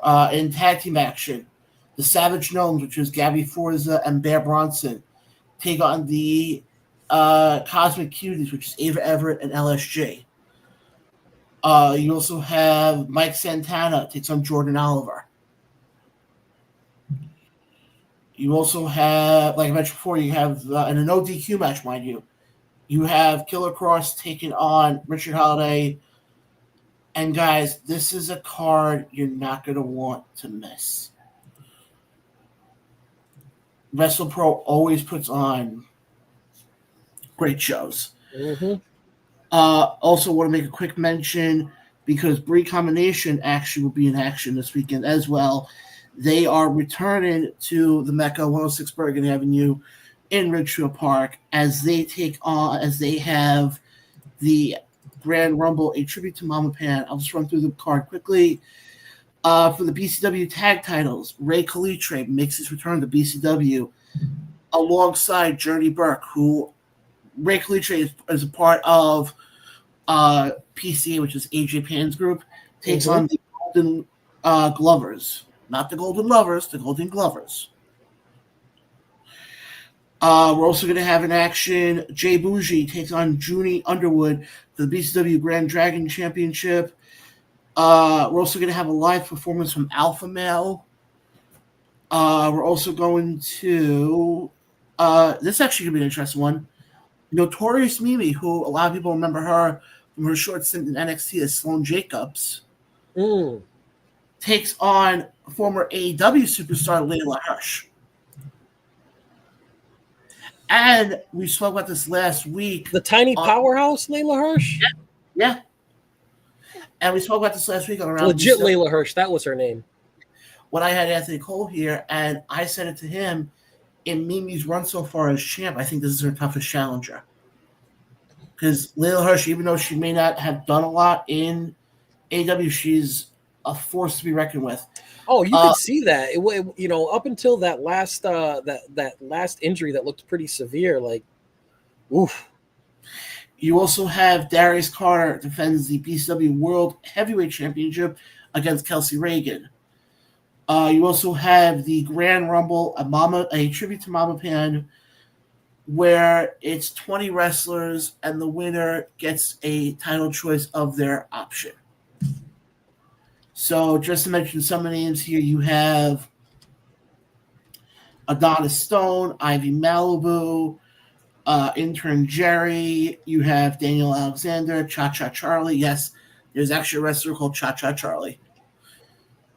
You also have Layla James, good friend of mine, Mr. Anthony Gangone, and if you know, you know. You also have Oliver. You also have, I'm just trying to go through here quickly, Sammy Chaos, Mad John, Tiffany Avatar, and a surprise person. And who that is, we don't know. And no, guys, I'm telling you right now, it's not me. But I will be back in action because I can tell you right now, I will be on commentary for the first time since the inaugural Come Unknown, Leave Unforgettable. I'll be on the call for the Come Unknown, Leave Unforgettable, which, Ray, in case you or anybody who's watching this is not sure what that is, you know how a lot of times in pro wrestling we have the dark match? Mm-hmm. Instead of calling it the dark match, Brii Combination decided to scratch that name and called the Come Unknown, Leave Unforgettable. Ooh. So basically the way it works is you have usually it's like 4 or 5 people in the ring, and it's myself. When I did it back in March, I don't know who's going to be for this one. It was myself, Kevin Pryor, who is part of 950 Lounge, and Rodeo. 3 of us were on call for this. Basically, you had a winner, but then we had to choose an actual winner, who then receives a shirt and the whole 9 yards. Oh, nice. So I will be back on call for that this weekend. Also coming up, I would like to make a mention here, the week of October 18th, which is only a couple weeks away, Dynasty Week returns to Around the Ropes. Ahead of Dynasty return to the Empire Live, the fantastic venue up in Albany, New York, called Capital Gains, which we do know one match already announced.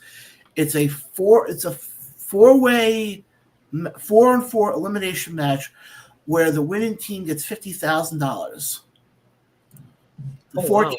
The 4 captains for these 4 teams include Wrecking Ball Legursky, Joey Conway, Fox Vineyard, and your current Dynasty Heavyweight Champion, Black Rose.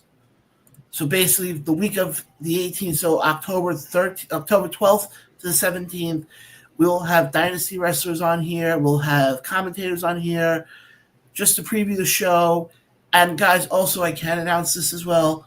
October 25th, Around the Ropes makes its very long-awaited return to a little venue on South Swanson Street.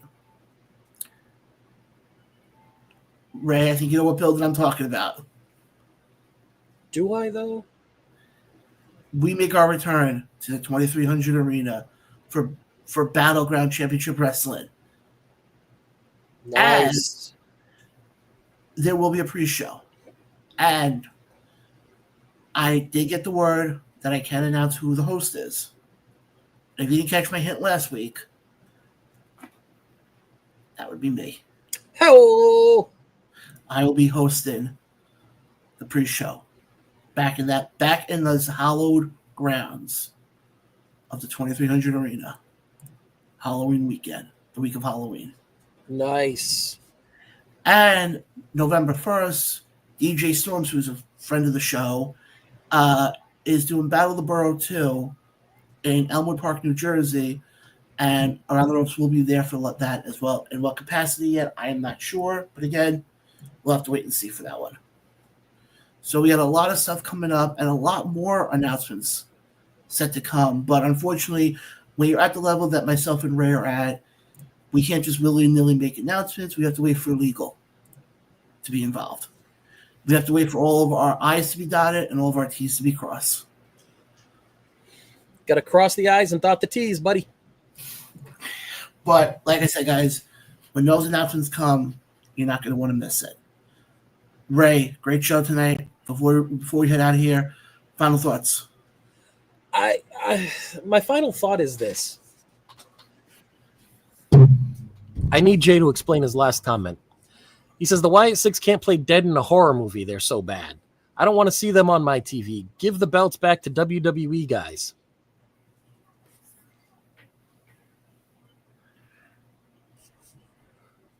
What? I just thought of something here. And I didn't discuss this with Ray yet, but I'm gonna mention this right now quickly.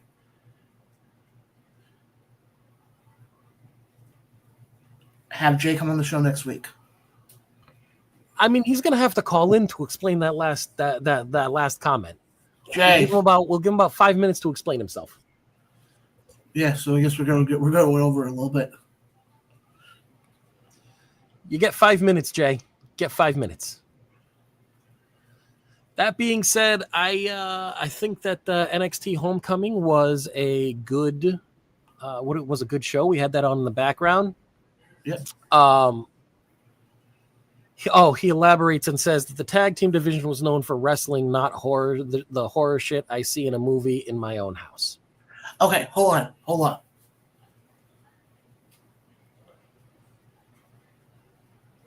Yes. Oh, I like how Jay's calling me out now. He goes, "I'll come on. I mean, Jon came on my show." Yes, Jay, I remember. And I'm going to tell you right now, Jay, you'll be having an invite in your. I will be sending a personal letter to your people.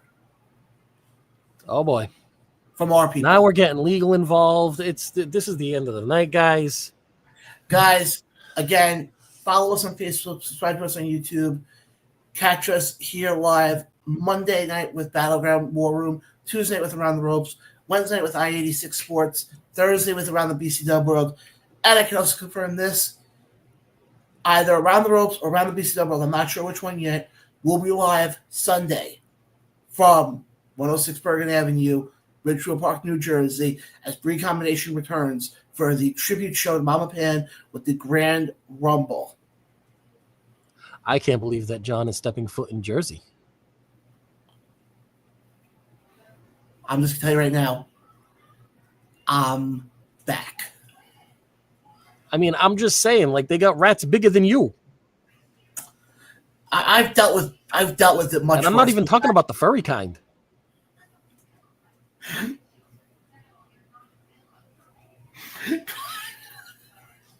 Just saying. Guys, in the words of Billy Joel, life's a set of hellos and goodbyes. Unfortunately, guys, it is time for us to say goodbye. You can catch Ray and myself here live every Tuesday night, 8 p.m. Eastern, 5 p.m. Pacific. But guys, just wait. Don't tell them. Don't do it. Not yet. Until then, stay classy. Not yet. I said stay classy. Okay. Be dropping no hints. See what you're trying to do. Talk to you guys later.